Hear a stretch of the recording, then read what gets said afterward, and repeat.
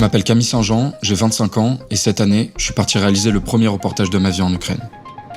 Avec Louis, un de mes meilleurs amis, on s'est rendu sur le terrain dans plusieurs zones afin de comprendre comment vivent les Ukrainiennes et les Ukrainiens aujourd'hui, après plus de 3 ans de conflit.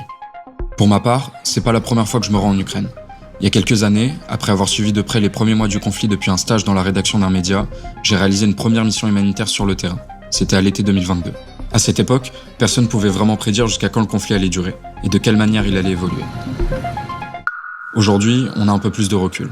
Premièrement, la zone de front s'est stabilisée. Elle s'étend sur 4 régions au sud et à l'est du pays. Sur le terrain, les forces russes et ukrainiennes sont organisées et continuent de se livrer des combats très intenses.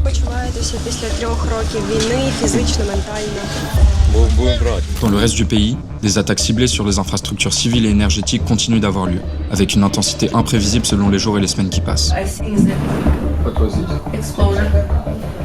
À ce jour, on estime à plus d'1 million le nombre de victimes, morts et blessés depuis le début de la guerre, et on ignore encore jusqu'où ce chiffre ira et quelle forme prendra la fin du conflit.